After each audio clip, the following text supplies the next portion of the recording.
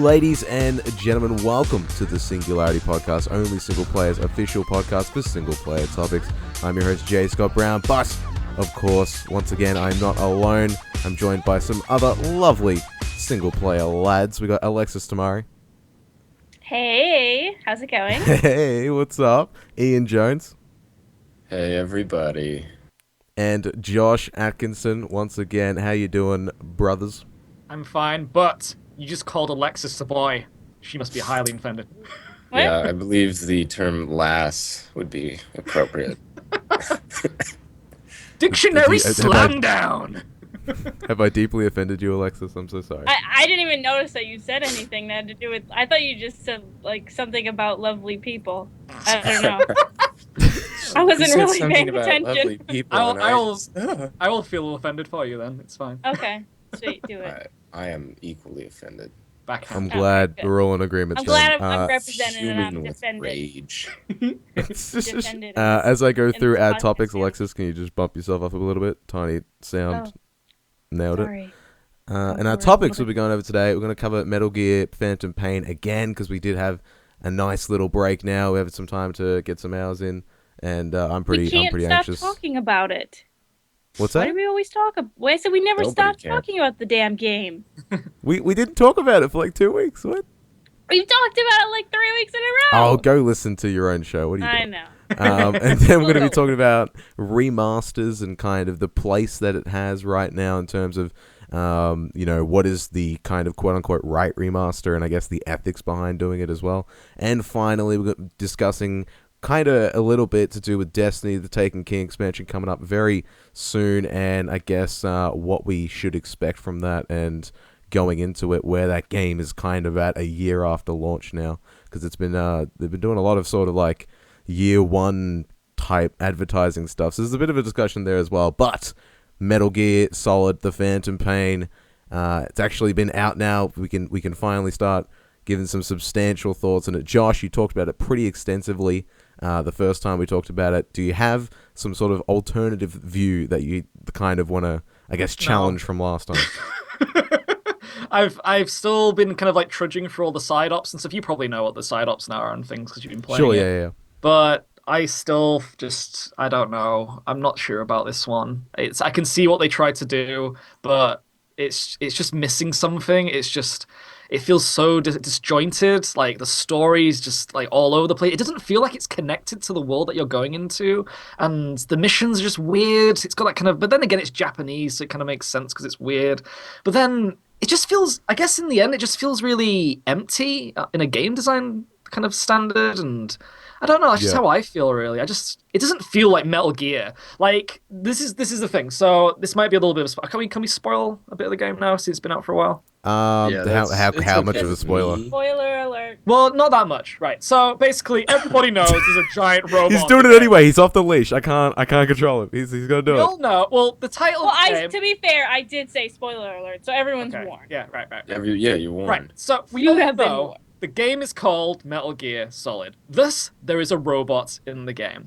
Now, I've only got up to this point because I've been having a massive break playing Mad Max because it's freaking awesome. But the thing with it is that even though like the Metal Gear thing has now come up and I kind of know the ending of the game, someone spoiled it for me, which kind of made me die inside. Oh, that's a bit annoying, yeah.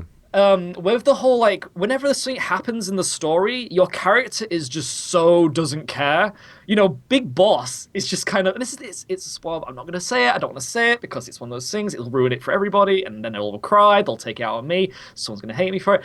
But Big Boss has no connection to the player whatsoever. It could be one of those things where it's like, oh, well, it's like you get to be Big Boss because he doesn't talk much. So it's kind of like you're able to portray yourself through him, kind of like how Master Chief doesn't talk much, and so it's supposed to be you, the player. But he's like, in all the other stories, he reacted to stuff. Like Snake here, he reacted to so much in that. He had a personality. He had feelings, like emotions to all the things that were going on around him. In this, he just looks so... it's like he's daydreaming and thinking, tea tonight, potato chips? I could be having potato chips. Or maybe I should go for like a full-on steak. I'm not too sure. And while everyone else is like talking, and then there's that bit, right? So the robot appears, and you're getting chased by the robot. You're carrying Hal Emmerich, or what he's called, and he's literally doing that. He's kind of like, walking, going, maybe I should have like, did I leave the oven on? I'm not too sure if I left the oven on. There's like guns just flying by his head. And you're just thinking, give a shit. Give a shit to your story. It's so disappointing and depressing. But then at the same time, there is this twist, this thing that happens, and so I kind of understand where that's coming from now. But at the same time, if you're a fan and you're experiencing that kind of stuff, the twist is so rubbish. But I'm just gonna say it now. That is a spoiler. But it's just, I just don't feel it. This is the thing. It's not Snake Eater, which I think everybody thought it was going to be, like an open world Snake Eater. It is not that. It doesn't have that immersion. It doesn't have that story connection, and it disappoints me greatly. Your opinions? Yeah, well, I mean, it's not even open world, right? I think that's maybe a bit of a kind of misinformation thing. It's like, I mean, maybe technically, but I mean, I don't know. Well, because like I said before with the whole, when I had my first little go of it and saying that it feels really cramped, but at the same time empty, there's like... For sure. It's an open world in the fact that you're outside, but it's just roads going to places, and you can't go over mountains. These places you have to go down the road, and so that means you have to go past an outpost which has about 4 little dudes stood outside. It's literally doing the exact same thing I was thinking of, going, I wonder if my wife's okay. I haven't called her in a while. Just doing like all this. They look like they just don't give a crap anyway. And all you're doing is the exact same thing, but it's just a complete vast emptiness of nothing. And again, but at the same time, it is just enclosed roads. And now I've just got to the jungle section. I don't know if you got to the jungle bit yet. No.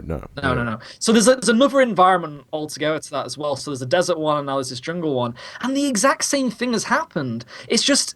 It feels open world, but at the same time it's not. It's just cramped little spaces with a bunch of little soldiers in it, but there's nothing to it. You know, like how in Snake Eater you travel to these specific locations in a linear path, but things happened in between, you know? But that doesn't happen in this. You're doing the same thing all over again. Like at the start of the game you have to go save Miller.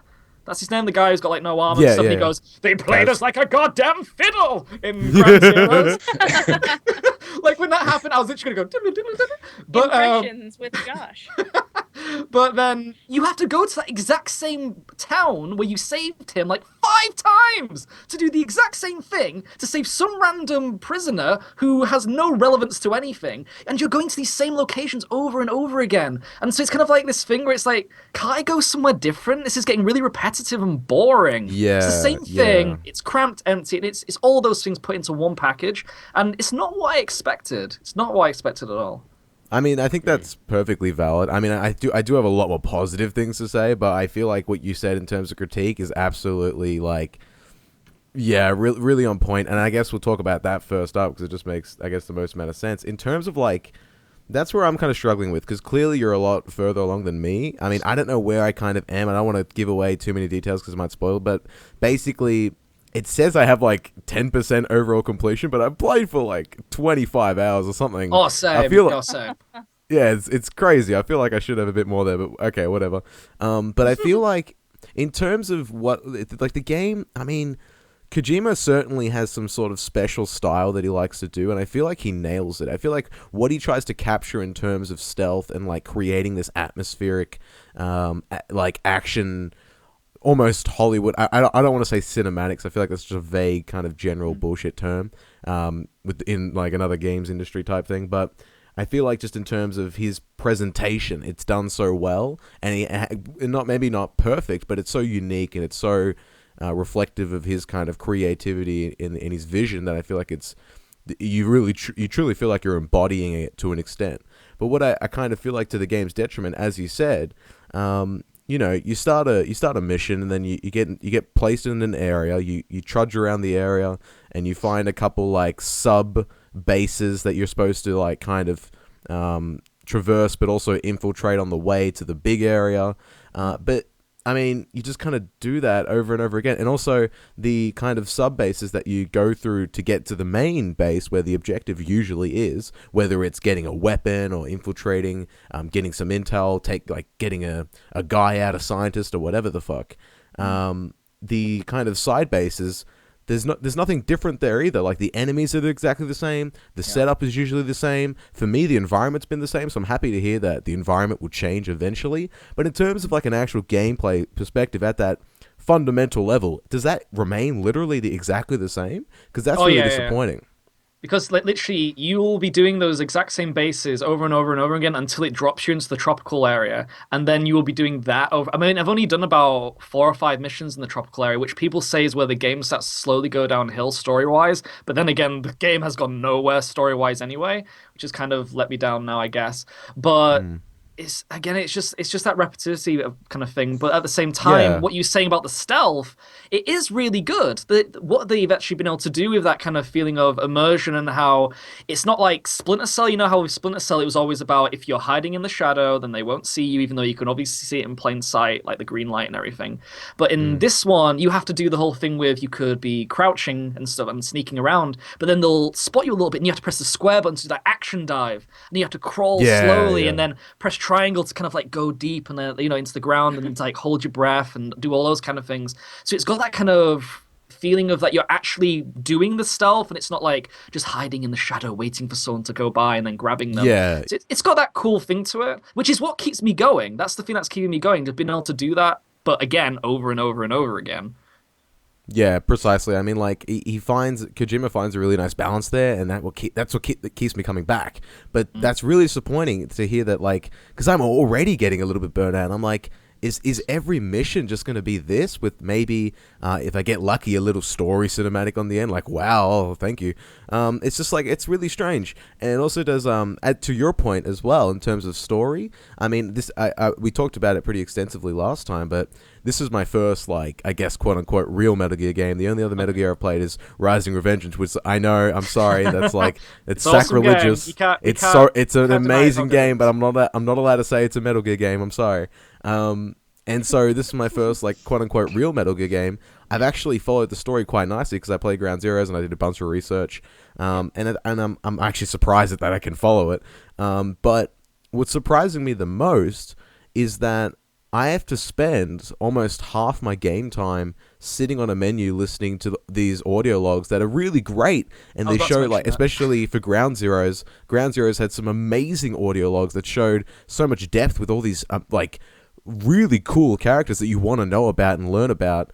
Yep. But it's not in the game. I shouldn't have to sit on the menu for almost half the time I'm playing, sometimes more than half the time. Like, I'll like, before a mission, I'll just have to catch up with at least 10 or 11 audio logs that I picked up. And it's like, I mean, there's so much rich and awesome story there, but I feel like that's to the game's detriment that it's not really entrenched in the gameplay. Like, I mean, why isn't all this a cinematic? You go back to Mother Base after a mission, and you pick up some Mother Base audio logs, but yet, why isn't that just a cinematic or something? It's so strange. Cinematics are expensive. It maybe not that though. yeah, pretty much. If you remember what happened with Metal Gear Solid 4, everyone complained that a lot of what you did was just sit through story cinematics. Right. And so there's that kind of feeling that maybe that was his response to that, and it was kind of one of those things where, oh, you don't want story? Well, here it's all in cassettes. You can listen to it like a podcast like we're doing right now.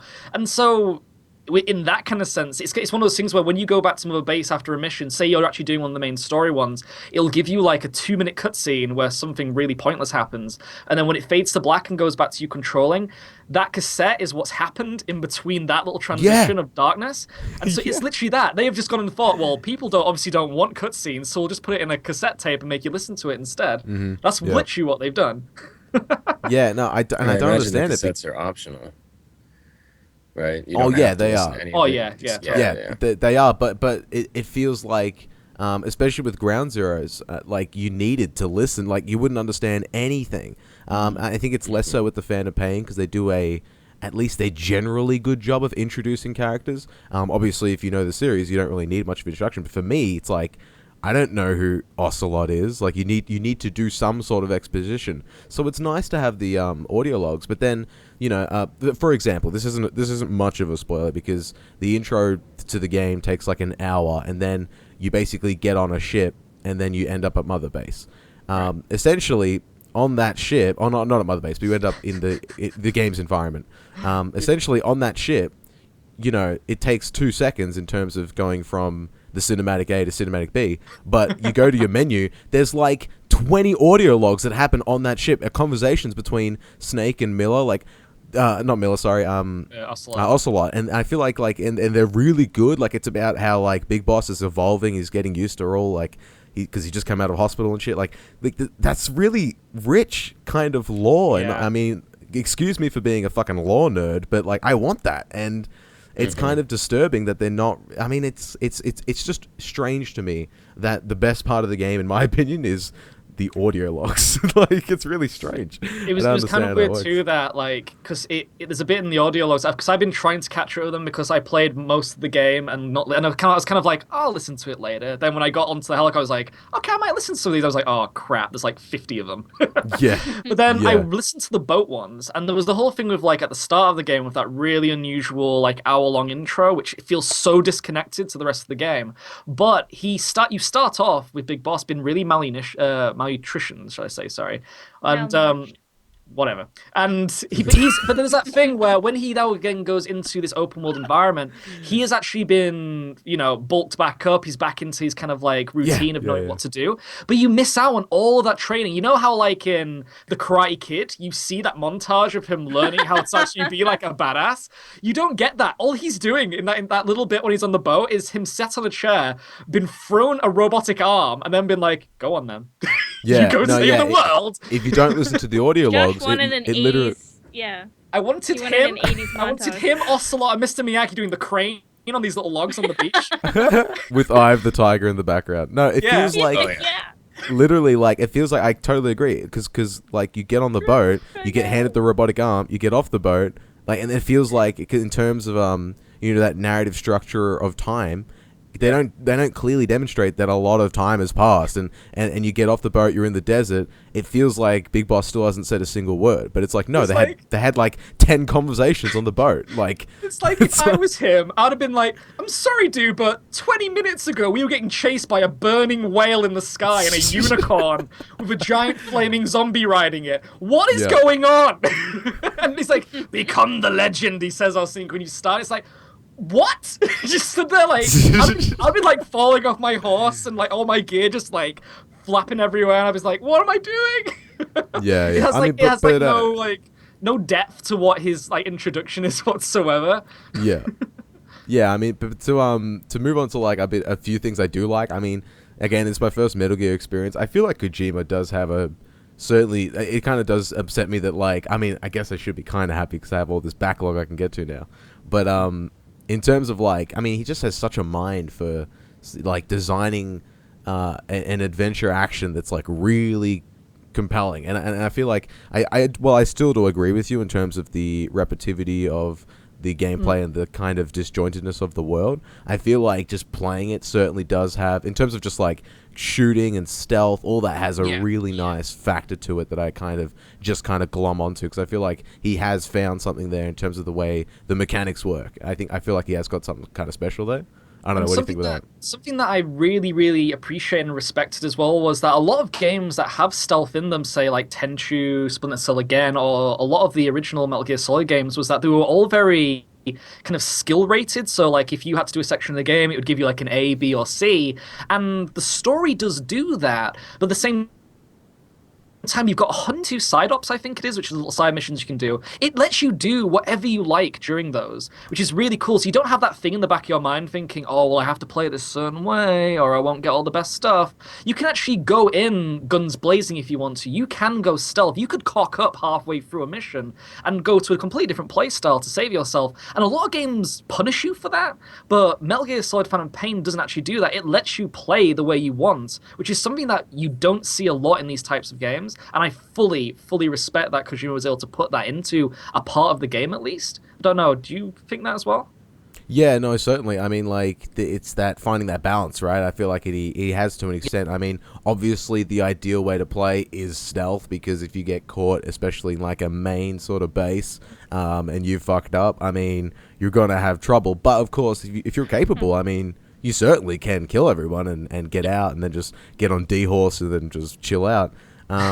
But ultimately, yeah, no, I do agree. There is a nice kind of fine balance there, and it's just, I feel like it just does a great job of creating, kind of, gameplay that feels unique to you when it really, obviously, in reality isn't. But that's kind of a special thing when, you know, I'm on D-Horse, like, going through the open world, and then, like, some guy catches me on a watchtower, and I just turn around and, like, shoot him in the head from, like, 50 meters away. It's, like, stuff like that, like, in slow motion as well. Like, it's, like, creating those types of, like, moments, I feel like, do really resonate. And, like, even though, you know, I've probably done it, like, 50 times now, it still was like, well, it's like, whoa, did I just do that? I'm incredible. Like, that's insane. Yeah, I don't know. Ian, Alexis, do you guys have anything to add here? Yeah, sort of. Well, the thing, like, I've read a little bit now about Metal Gear Solid, and I'm gonna say something similar to what I said a couple weeks ago when we talked about it. I feel like Kojima, especially with the Metal Gear Solid series, from what I've played and from what I've read about 5, it's like elements of the story are basically contrived to justify things he wants to put in the game. And I'm going to go back to Quiet on this one, because I don't know if you guys read what I read, but I read an article about why she's half naked. Yeah, I've read this. And it's so dumb. It's this so dumb. convoluted, like, oh, she has this thing in her blood and she photosynthesizes all her nutrients. Oh my god, is that a real thing? Yeah. No, and it's like, and it's so obviously like, okay, people are obviously upset that we put a half-naked model in the game and let you shower with her and put her doing all these poses and stuff. Oh, yeah. So let's think of something really quick to make it make sense. And it's like, no, dude, you just wanted that chick in the game. And it's the same with a lot of things in Metal Gear Solid. When I look at it and I'm like, all right, I think they just wanted this in the game. It doesn't make sense. It doesn't need to make sense. They just wanted to put it in because it's cool. It's like It's also not Japanese, good, though. like, it is a That's a really Japanese good style. point, yeah. It's in a lot of Japanese games, actually, like this style of storytelling. And it's like, from a Western perspective, it doesn't make any sense. And so that doesn't mean it's wrong. It just doesn't make any sense to me and a lot of other people over here. It's kind of like that whole thing as well with the cardboard box. You can collect posters to put on the cardboard box, but it's all like really clothesless anime characters and stuff. So you can get like girls that look maybe about 15, 16, put them on the cardboard box and like distract people with them. But there's that whole thing where you can go around Mother Base and they're posted everywhere. So there's like these like weird little blonde anime girls like hiding in little toys with barely anything on and stuff like that. It's kind of like that. It's such a Japanese kind of niche thing where obviously maybe Kojima had to kind of force that little bit of weird, quiet description in to kind of justify that we're two completely different cultures, especially when it comes to how we develop our video games. Like, the West is completely different to how Japan does it and stuff. And so it's kind of that thing where he needed to kind of give us a reason really to understand, maybe. At the same time, it's lost a little bit along the way. Look, even here in the West, He wasn't like, female prepared characters to are explain over-sexualized and whatever. And Yeah. there's just a lot of it going on. I'm not, it's not Social Justice Warrior Sunday where I'm saying you can't put this kind of stuff in your game. You can put this kind of stuff in your game. It is weird. I Could mean, that yeah, please we be a probably all hashtag? agree on that. I'm definitely It going is to just keep a little rolling strange. my eyes at it. Like, okay, like 13-year-old boys developed this. Clearly. Have they ever even seen a woman? Yeah, no, don't know. it gets more silly every time I see it. And that's not going to stop. No, I mean, yeah, it certainly is silly, but I mean, I would hope that he didn't come out and like make up that weird ass justification because of like backlash or something. He probably did.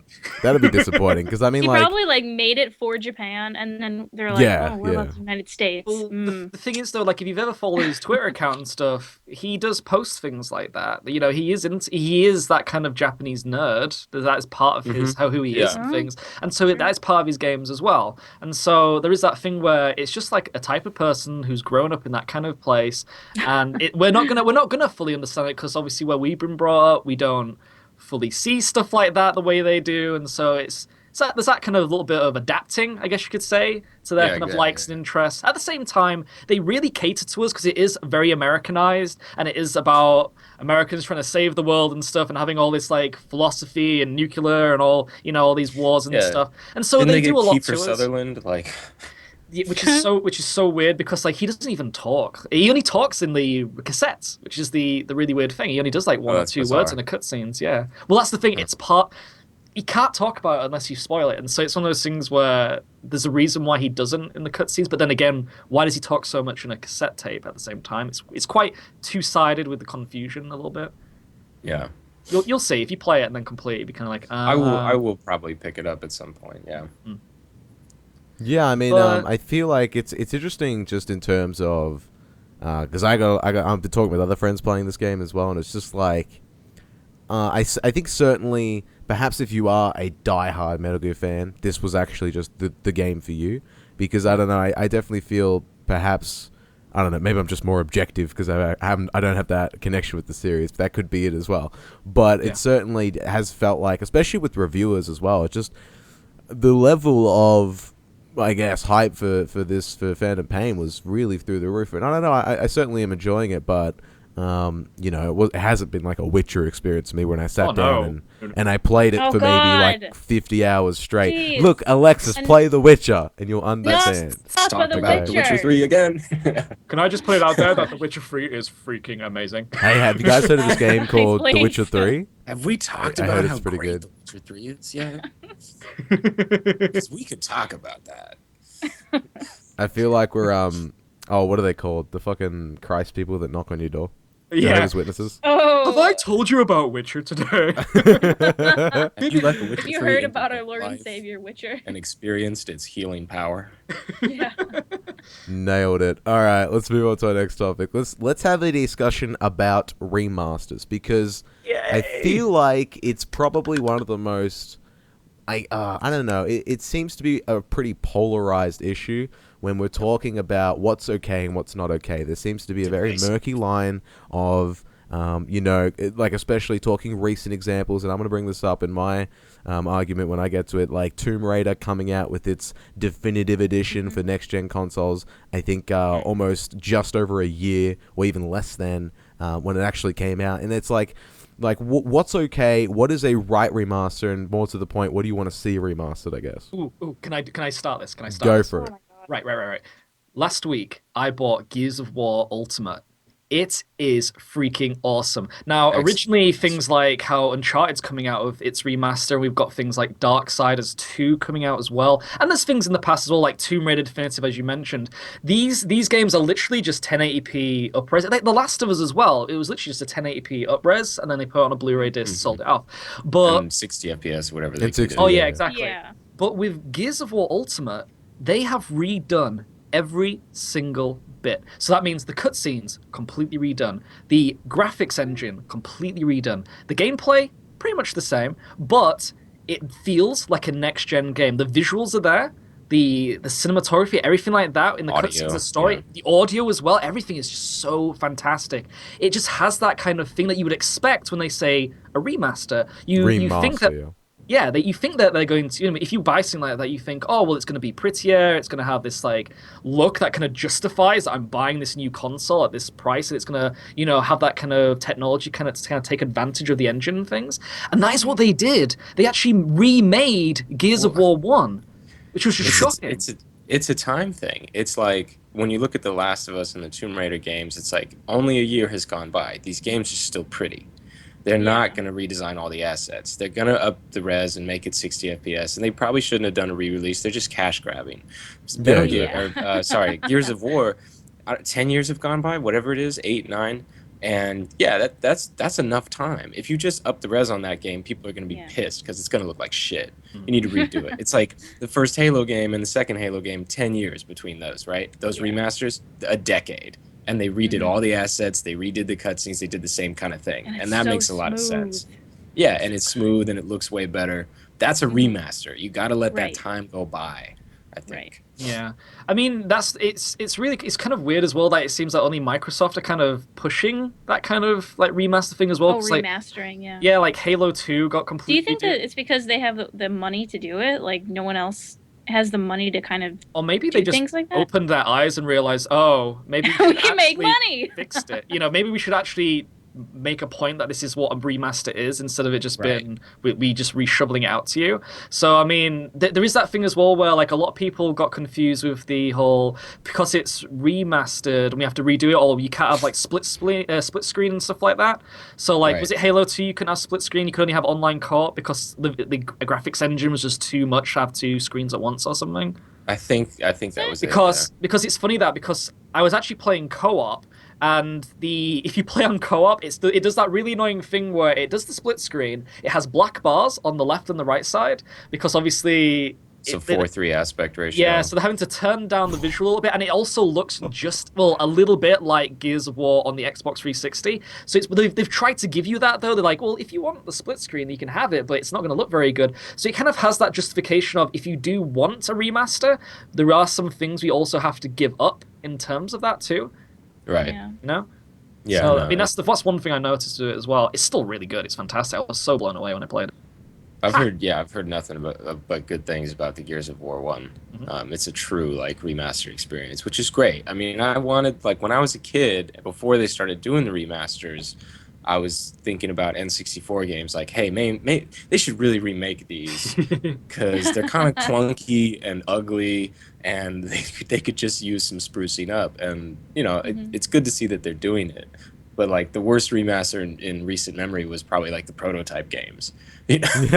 Were they even remasters? I thought they were literally just re-releases. Just up-res. Yeah, up-res 60 FPS on the new consoles. Yeah, but I mean, like, they were still called remasters, right? Like, we get into this whole weird discussion where it's like, well, is it a remaster, a definitive edition, an enhanced edition? Like all these fucking logistics that, like, publishers like to try and, like, play around with the linguistics of, like, a remaster. And it's like, it's really strange to see, like, a bunch of games come out. Like, I mean, like, even I think it was the Sleeping Dogs remaster. I mean, I guess it's all kind of Square Enix kind of trying to do honestly, like, what seems to be cash grabs, because I mean, essentially, you know, I guess it's more of like a Game of the Year edition. You get all the DLC, and that's great, but it's weird to label it as like, it's like, I played it on PC. I already played the remaster. You don't need to sell it to me again. Like, it's just like, I don't know how that works. I played the good-looking version already, Yeah, exactly. I mean, like, that's how I felt with Tomb Raider anyway. It's like, well, no, you can play it on next gen now. It's like, I already played it next gen. Don't worry about it. It's just really strange stuff. Because I mean, it's not like it's not that strange. Like, when you have a product like any of the Microsoft remasters that we've been talking about that are really, really good, other publishers are going to look at that, try to brand their product as a remaster, and just resell it to the public. And if a certain segment of the public is ignorant and doesn't do their research and buys it thinking they're going to get something great, then they've made more money. And it was an easy thing for them to do. So it's like, it's an easy cash grab. And when you're banking on everyone's nostalgia, they're just going to go ahead and do it because, hey, more money. Yeah, but I mean, it's one of those like strong examples with like God of War 3 when it came out. Like, I've still got that sat on my shelf. I gave it a go, and it looks literally just like the PlayStation 3 version. It's such a point. Yeah, well, that's the thing though, because even if you play God of War 3 on a 1080p television, it still looks flipping fantastic. You will never notice the difference. Like, that was one of the later gen PlayStation 3 games, like near the end almost, and it was like, you got to give it more time. Wait for the PS5. Yeah, then give totally. me the God of War 3 remaster. You know, like, then it's justified. And the funny thing as well is that with that remaster as well, is that they only up-resed certain things. So, like, Kratos looks fantastic, as you would expect. He still does look fantastic in the PS3 version. But then, say there's like has anyone played this game? I've seen a lot. Right. There's one character in it who called anyways, this is like a giant like Titan dude, I think. And he's actually voiced by muddy. Yeah, he looks like he's been actually voiced by Zed from Men in Black, which might actually add a little bit more related to it. But he looks so blurry and horrible, and he's got like really poor texture and everything like that. And they took a screen. This is the really weird thing. They took a screenshot and they put it on like all the promotional material to it, and he got Kratos jumping at him, ready to attack, and then you got him staring down. It's like, why would you show that? And like, literally, everyone's going, this isn't remastered. What's going on? Like, Kratos looks fantastic, but what have you done to this guy? It's like such a half-assed attempt, and they make such a big deal out of it. It has like no justification for existing whatsoever. Like, you do need to. Exactly. I feel like you just kind of all the way out. You just kind of nailed the issue there. I mean, like, that's what I mean. I get what you're saying, Ian, about, like, you know, from a business perspective, that makes real kind of bottom lying sense. I get that, but it's like really to me, I need that justification. It's like especially with like Prototype, like who the fuck gives it? Like it was anyone like wanting Prototype, and for me, I had it's some like fun with the original Prototype, but not Prototype a lot, 2, you know. Prototype 2. Ian. Oh, that was No, horrible. That was never horrible. played it. Okay. I'm waiting for Ian. like a Spyro or a Spyro 2 remaster. Croc. Yeah. Get Croc out. Yeah. Oh my I got a God, list Croc. of games, dude, that I want. Like, I want Nintendo to give me Ocarina of Time, like, update. Oh yeah. Dude, get a Dino 3DS. Crisis. That shit's Dino Crisis remaster. I know, that's the big problem. Like, go get a 3DS. I don't want a 3DS. Do it for something that people actually have. Don't complain. Oh, well, you got to get Nintendo consoles if you want Nintendo stuff, man. I want Nintendo's next console to be a boring, powerful living room box that other Nice. developers can easily Well, look, port their let games me over to. let me throw this one at you guys because I feel like this is honestly one of the best examples I've seen of like a, and I wouldn't even call it a remaster per se because it's like more of an, I guess they are calling it enhanced edition. Did any of you guys play Divinity: Original Sin last year? No, I heard about it Just- though. Not yet. A lot about it. Okay, That one's on well, my basically, backlog.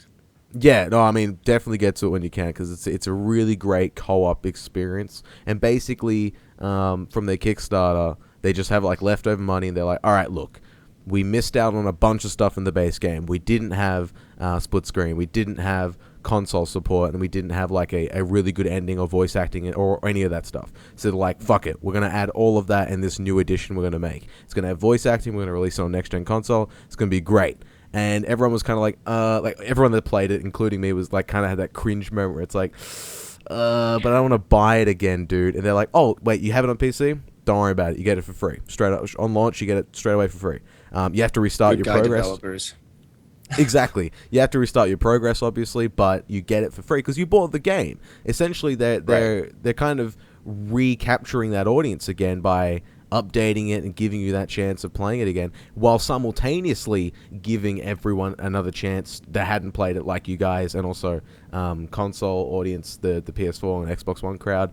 It's fully inviting them to join in, while still not kind of, I guess, undermining that kind of relationship with your consumers that were with you day one. Oh yeah. So what do you think building of that? goodwill, like smart move. Like basically stating very plainly, this is not a cash grab. We still like you, and we're still on your side. You know, as a developer, that's smart. I feel like that's something CD Projekt would do. All the really good developers, you know. Mm-hmm. I mean, I've ended up experiencing really odd ones where they've still tried to charge you, like with the Deus Ex Human Revolution redo. They basically fixed the game for all the things that went where they fixed the game of everything that went wrong with it, like the boss fights and stuff. But then for people who originally owned it, like me on PC, they basically said, "Well, we'll give you it for half price." And I was like, "But you kind of screwed up originally. Don't you kind of owe this kind of thing?" And so there are those companies. But this is a funny thing because Divinity was made by a third-party company, like in India, I guess, while Square Enix did Deus Ex. So it's one of those things where, like, it seems that a lot of, like, you know, people who are connected to major publishers kind of do that for us, while the higher-ups kind of go, well, we kind of want a little bit more money, you know? Yeah, exactly. We spent all our money on marketing the first game. We need to make it back. You know. Yep. We Here's need the more proper money. version, but we want you to pay it for it. Yeah. Augment your pre-order, guys. We need more money, please. I guess Games industry. You know, bottom line, do your research on your remasters. Don't go in Yeah, for the yeah. half stuff. That's fair enough then. I mean, well, again to the more positive side of things then, I definitely would want to see like a Crash Bandicoot remaster. It's never going to happen because Sony lost the rights to that shit. Shall we all go around? Shall we all go around and name one remaster that we really, really want from back in the day? Sure, go ahead. Oh, sure. Right, he's going then. So Jay wants Crash Bandicoot. I want a Crash Bandicoot 1, 2, 3 like collection remaster. Okay. Like that would be dope. Cool. That would be They could do dope. I would love that. What shit. about you, Ian? I would want a Spyro Oh. 1, 2, 3. Okay. I will take I that too. love- I'll take that too. I had so many good memories with Spyro. It's such a fun game. Yeah. Ian? I really want Jedi Knight 2, Jedi Outcast. I want it to look pretty. I want it, like, the animations to be better, but, like, I want the lightsaber fighting to be exactly the same. And just give me that. Like, do the Microsoft treatment to that game. Nice. I'd probably say the original Deus Ex. I'm a massive fan of original Deus Ex. Like, it's one of my top 10 games of all time, and so it'd be awesome just to see that game kind of rebuilt in the image that they originally wanted without the engine kind of hindering them. And so, I mean, it probably will never happen because they're kind of moving on with the franchise now. But fingers crossed. So you want Invisible War, right? Oh yeah, that's well. Hey, I was one of the. This is the thing. Whenever someone brings it up, I was one of the few people that actually liked that game. So Okay, you can crucify me all you want. I still No, kind of no, liked that's it. Hey, I will beat the crap out of you with my universal ammo. You bring it on, buddy. Oh, sick. All right, let's talk Destiny because, this is a nice little hot topic for you guys. It's been such a negative podcast. What's going on? We're all bitching and moaning about everything. Oh yeah, It's a Sunday as well. Gugh. I mean, it's more. I guess Gaming it's industry is in a the bad most way. appropriate time for a Destiny discussion. Then, Totally. so yeah, I mean, Taken King's coming out in approximately a few days, I believe, as of recording. It's 2 days. Yeah, it's coming out very soon. It is, I think, in Australia about 110 Aus dollars, which you can convert to your own currency, I believe. But I'm pretty sure in the States it's not more than 60, right? No, it's.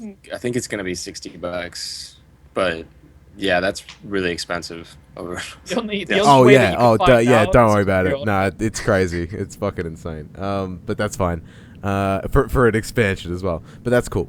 Something so that I it's found coming was out. really funny is that if you wanted to find the exact price of the standalone, because you can't buy the Taken King on disc by itself, because you have to Nope. buy on disc the original game and all the Yep, DLC, and then the Taken King for this giant package. But if you do, this is the thing. This is what they got me with last night because I gave in.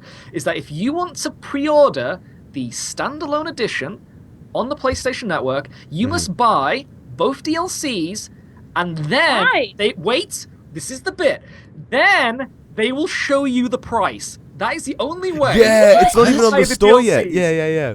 Are you kidding? So, me being the freaking idiot that I am, at like 2 o'clock Why? in the morning, I thought, well, I guess I could buy it. And so I went and Why got. did you do I that? don't know. So I ended up getting the Dark Below, and then it said $37.99. $37 for a DLC, and I did it anyway. For Dark Below? No. That's 20. No, for the that's Taken 20. King. That's 20 Dark Below. You're and it saying was 37 rubbish. for Taken King.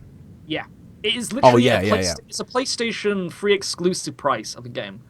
Yeah, because Dude. again, like Taken King, they're pretending. I mean, they kind of messed up with their wording, but they're acting like Taken King, and I think they're not really just acting because Taken King is a bigger deal than the other two, Kind House of. of Wolves and Dark Below. But simultaneously, Dark Below had a raid.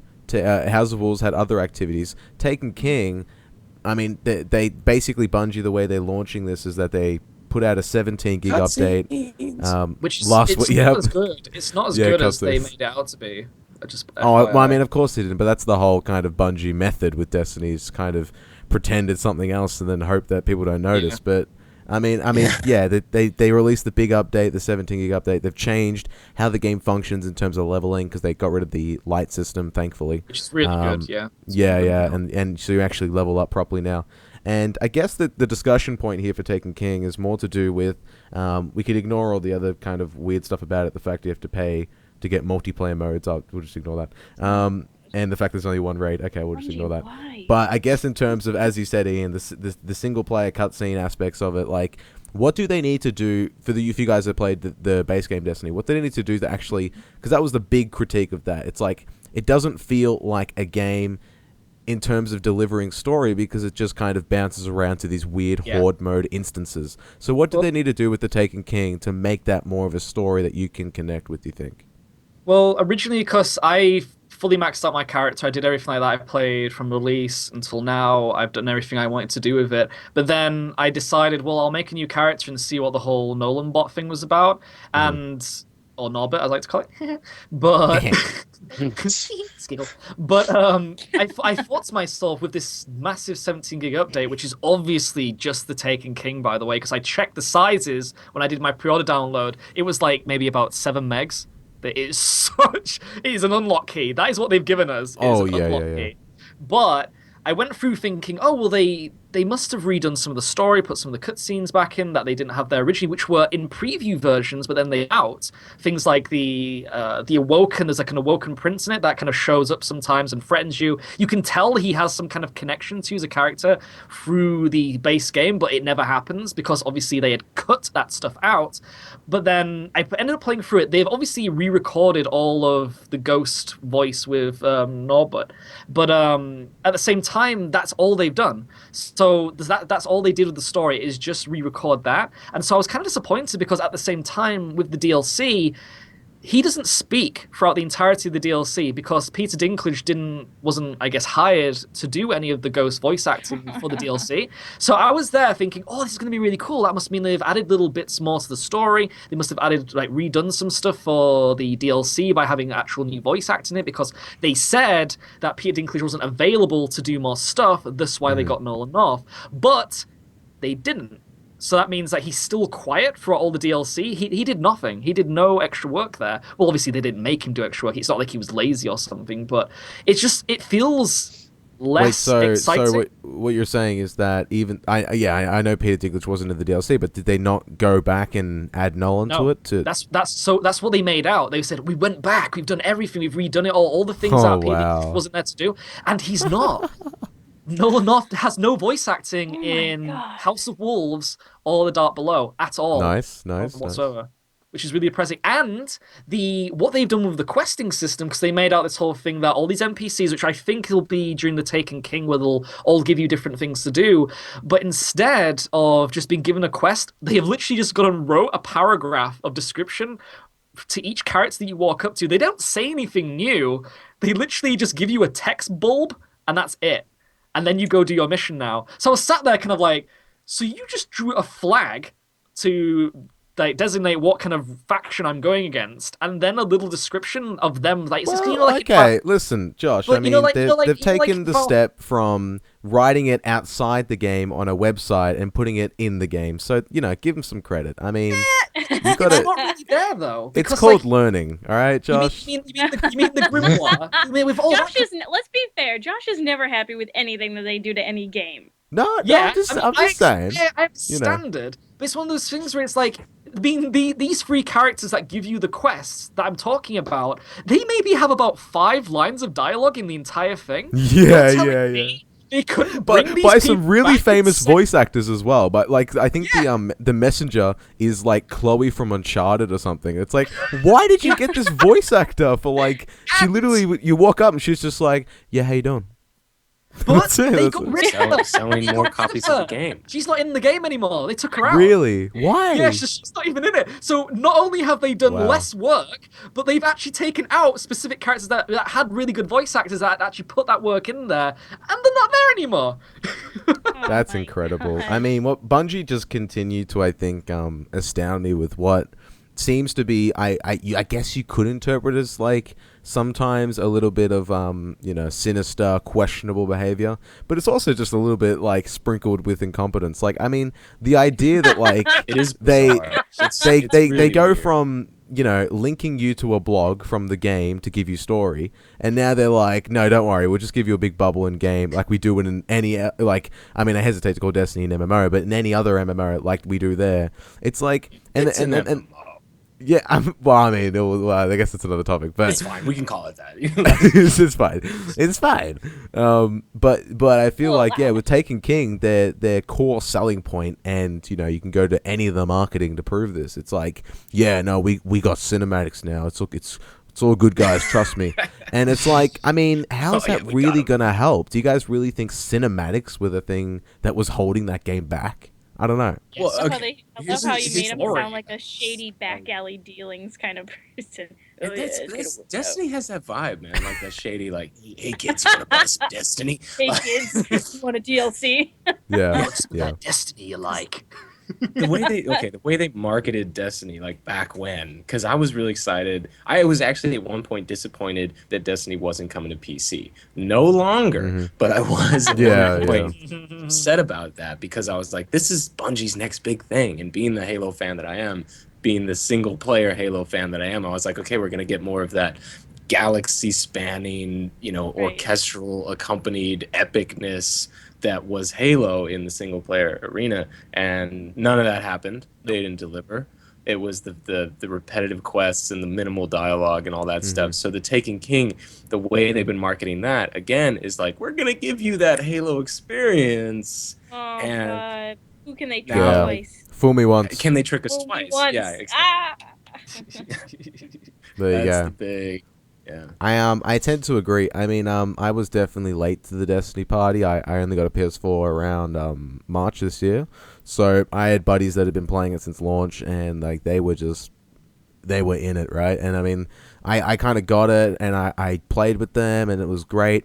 And you kind of go through like, I guess the same phase as like kind of like someone who just like goes from starting hard drug use to the end, where it's like. It's like, wow, this is like really fun. This is really fun, guys. I love doing drugs with all my friends. And then you just end up being like, oh my God, what have I been, like, why did I spend this much time doing this thing that was just like so like mundane and simple and without any depth. And then there's a period of time where I made a lot of videos just being like, Bungie, come on, you gotta fix this and this. It's gonna make the game so much better. Why don't you have player trading, you retards? Like, put it in the game. What are you doing? And then I just came to the conclusion like that they truly are trying to make a manipulative game at like a mechanical level. And I understand that, but then simultaneously Bungie seemed to be very much designing the game to be kind of addictive, not fun. Well, that's what they did. They hired specialists on their team to actually make gameplay that was addictive, that made you want to come back for more. So that's why. Yeah. The grind fest. Yeah, that's what it has become, and that is the biggest disappointment that I have seen about. Oh, dude, and actually, yeah. Well, I was going to say is that, I mean, when I first started, like, I played the entire game solo, which was probably a really, really bad idea. And so I did have that kind of feeling of negativity while I was... Well, it wasn't. It was a very lonely road of disappointment and sadness and potential tears. But when I played the entire thing solo, I hated it. I thought this isn't good at all. But it was only recently that I've got back into the game and I've been loving it because I actually found people to play with. I ended up like just bumping into a bunch of people. Wow, you actually found friends. I found friends, right? I mean, generally I scare people away in my lighthearted persona. But proud of you. This is the weird thing. This is how people make friends in Destiny. They walk around the tower. They bump into each other and start dancing. Just start booping, right? And so we all ended up going, want to do a raid? It's one of those like really creepy things. Like, you want to go do some stuff? Well, that's how it is. In World of Warcraft, it was the same kind of thing, you know? Yeah. But the thing is, people love that because once you are actually in a party, you see how fun the game can be. You need to be playing with people to see that kind of worth, that value. So like with your friends, Jay, where you're seeing them all playing, the game together and stuff, that is why. Because if you're playing by yourself, you will easily just give the game up because you are not seeing what this game is about. It is about being in a party. I think we could call it an MMO. Yeah. You cannot brand it now. You cannot play this game by yourself because you'll never enjoy it. Alexis. Jesus. No, I get what you're saying, but I feel like to kind of, I guess, play devil's advocate there, what I would say is that the game is fun with friends because you're playing with friends, not because your friends give you this, I guess, omniscient point of view that you can like see through. Like you find some pleasure point of the game that you couldn't see without friends because they give you this astounding. It's just because your friends are there. Exactly. It's the same reason why Borderlands is pretty much boring as shit on your own because it's designed it's terrible. to be... Oh, it's so bad. But you play it with friends and it's like, we can all deal with the fact that this FPS is not really that great together. The difference between Borderlands and Destiny is that Borderlands was never marketed as like... Borderlands never pretended to be something else. Exactly. Yeah, exactly. And it never actively tried to deceive people through its marketing as well. I mean, like, that's kind of the point that I've always kind of had this... Yeah, I don't know. Go ahead. I was just going to say, I think we're starting to shake our fingers at Bungie. Oh, yeah, I've been doing that. I've been doing that for a while. I warned against this topic because I get super salty. Any Destiny talk is just like, you're asking for it. So, I don't know. Yeah. I mean... Yeah, I'll abstain. Vinegar activated. Yeah, but I don't know. I mean, it's just in terms of the Taken King, cinematics, in terms of creating a story there. Look, maybe there's something you can do I definitely didn't give a shit about the Grimrock cards, but from what I've heard, there was a story there. They just didn't tell it, and perhaps with Taken King, if they do tell it, maybe there's something in terms of like, experiencing that maybe solo. There's something there, especially giving your Guardian a bit of personality might be nice this time. There's certainly there's so much you can do to make that game better. I just want them to do it, It's one of those weird things where, like, if the Taken King comes out, because if you've seen the trailers and stuff, there are little previews of what the cutscene little cinematics will be like. It seems to be like this giant battle is going to happen, and that all these little characters that are in the tower that haven't really been doing anything are going to have some little part to play. But does that mean that you're going to have this horrible base game, but then you go into this one new world and all this like immersive stuff happens? Is there going to be this weird disconnect where these little characters are going to be sat doing nothing in one part of the game, but then you go to this one other place, which is the Taken King, and they're all like doing, they're actually like contributing and being part of this world and stuff? It's either going to be a really weird disconnect, or it's going to be Bungie fooled you again. That's basically. I think you're just going to have to go into it not expecting much and then be pleasantly surprised if it's good. Yeah. Possibly. I mean, I'm holding out. This is the thing, because I put the money down for it, so this is literally their last chance for me. It's one of those things where it's like, it's prove yourself now. This is the time. Prove yourself. You say that now. You said prove that for House of Wolves, didn't you? Prove yourself. I could have just waited and like, but this is the annoying thing, is that they have got me in that little bit of an addictive greed kind of thing, because a little bit. There were these really nice looking pre-order bonuses, and I kind of wanted them. Yeah, did you pay $20 for your dances or whatever?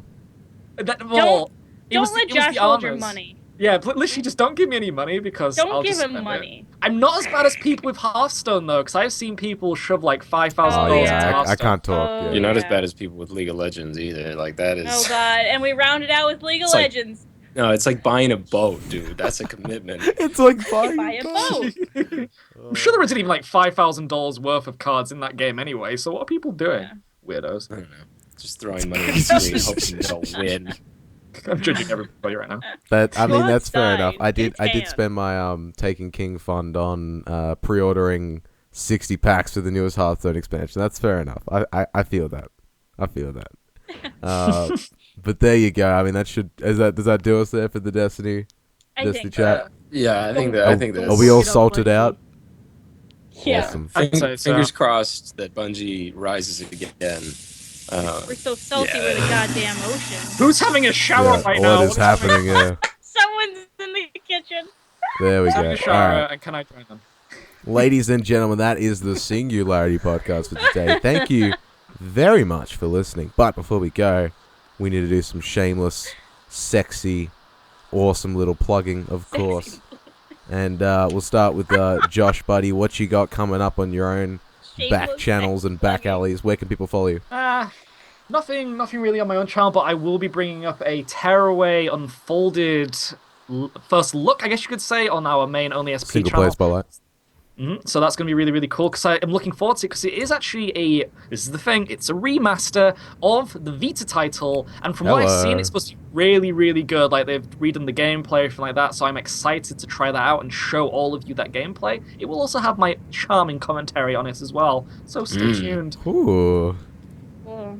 Lovely. There you go. Alexis, where can people follow you? What you got? I swear that the Mad Max review is coming out soon. I finally finished the entire... Happen. It is. It's going to happen. I finished the story mode, which, oh my god, it was really good. It pleasantly surprised me. So that will be coming out hopefully this week. If not, then the week after. Depends on when the editing gets done. Awesome. Easy peasy. Ian? Twitter handle's on the screen, and I also swear that another Witcher video is coming. Cursing to a minimum, guys. Okay, there's kids watching, alright? Stop swearing. So keep an eye on the Only SP YouTube channel for that in the next week. Ian will be selling Witcher in the back alley after this. Oh yeah. Kids, you want to buy some Witcher? It's worth it. You got to snort that. What's the special ability where you kind of like mind fudge people? Mind fudge? Oh, yeah, so hypnosis? God, it's not Quen. Is it called They're Axie. Aren't- Axie? Is it Axie? Axie. So basically, Axie. like, you know how you saying like knock a door kind of people? So like they'll come up. Basically, when they open the door, like, have you heard of Witcher? And you just go Axie. Just take them out. Hey, I haven't want heard to of buy what you this? Tell me. I want to know the Witcher. I want to go Give me all your Witchers. There you go. And to follow my stuff, Twitter handles on the screen as well. Basically, any stuff that I post in any respect, I'll tweet in the Twitter sphere, so you can check it out there. Or you can follow me also on Mondays, where I have to watch a political commentary show and make hashtag tweets for a uni course, and that's also interesting. So go ahead and follow that if you. Oh, it's so lovely. You can, dude. You guys can join in. You don't even have to watch the show. It'll be Dude, great. I was a political science major. I'm totally into that. I'll follow Australian you on it. politics, man, that shit's crazy. I don't know if you could even follow Yeah. that. It's Oh, yeah. maybe as ridiculous as your American politics, if you can imagine. Totally I don't know. bonkers. With like 20% more kangaroos. Yeah, and also less Trump, but yeah, that's fair enough. Yeah. Well, I mean, it balances itself. Less Trump. Yeah, exactly. There you go. Ladies and gentlemen, that is the Singularity podcast with 20% more kangaroos and 20% less Donald Trump. Please tune in next week for another episode, and we'll see you next time. See ya. ya. Bye. I'll miss you.